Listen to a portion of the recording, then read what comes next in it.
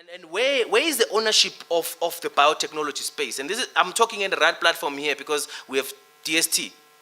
And the cabinet has said to us when we're developing the implementation plan, they want to see new varieties, they want to see a genetic bank for South Africa, they want to see domestic OPVs, which are your open variegated varieties that people used to produce, because where are they now? Because I mean, it means then you will forever be dependent on buying seeds. Of course, these are improved seeds. Of course, the yields are good, you know. We can't dispute that. But what does it mean for a person who's sitting in Limpopo, who is a rural agricultural person who wants to thrive, doesn't have money to continuously and perpetually buy, but he could keep his seed and be able to produce again in the following year, in the following season, whatever the case might be. And where is all of that? Are we not losing it? If we are losing it, therefore we're losing the grip of the food system, and people's and individuals' control over their own food security will be taken away from them. And it's a critical concern. This is why this issue of risk comes in. But also there's issue of intelligence in this whole thing. You know, the FMD, transferring of cross-border diseases and everything else, I don't want to go into details to this.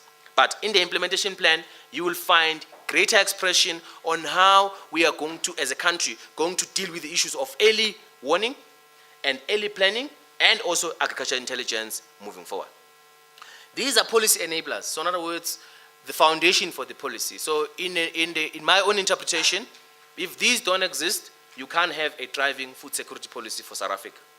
We need to have information systems that are credible and accurate. We need to know where the food insecure individuals are, other than just quoting a 14.1 million. And if you could stand up and say, Ndimande, can you tell me, in that 14.1 million, how many are in KwaZulu-Natal, how many are in Mkanyagute, how many are in this ward? And can you really go and point it out and say, she and him, they are the ones, so that you can individualize the access to food, because the Constitution has individualized it. So accurate information systems that we are having, building from what Stats SA has already collected and what is correcting, becomes a key issue. But there is also a very big elephant in the room, which is your centralized food control system. The food industry, when I was talking to the grain industry at some point, they said, this is long in the waiting. You know, government have been talking about this for quite some time. You know, when is it coming? Because we as an industry are ready to embrace it, because it will take off some of the grain industry has got its own laboratories now, the grain testing, so because they are exporting. So they need to test the residue levels, the mycotoxin levels, and all other things in relation to food safety and quality assurance before they would even put the consignment onto the ship moving forward. And then they will say, if there could be a centralized food control system for South Africa, it will help the industry. Because at the end of the day, you have Department of Agriculture, you have Health, you have got SAPS, you also have got SARS to some extent, which is a player in this very same space. It's a fragmented. So if I am a new player, I want to come into the food industry, I need to comply with various legislations that are sitting in various organizations and departments. And it becomes a problem in as far as making the environment competitive.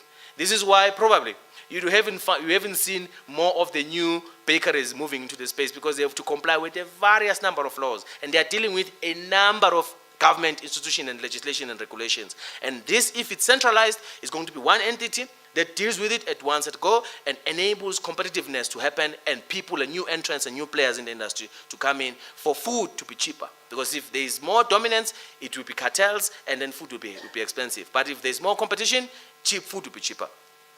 And research and technology development, I don't want to talk about it. I think we all here probably are even more schooled than I am in as far as this is concerned. New varieties, drought-tolerant varieties, new breeds that are able to cope with the climatic changes and environment, biofortification issues, which is part of what we'll be talking about in the implementation plan, because South Africans, predominantly the poorest of the poor, consume cabbage. But cabbage, if you look at it from the nutrition perspective, it's empty, you know. It's an empty vegetable. But it's consumed in large quantities. But can we really biofortify cabbage to enhance? And ARC was part in our discussion in Pakistan in 4 ways, and they are also participating in the discussion in the National Food Security Coordination Committee.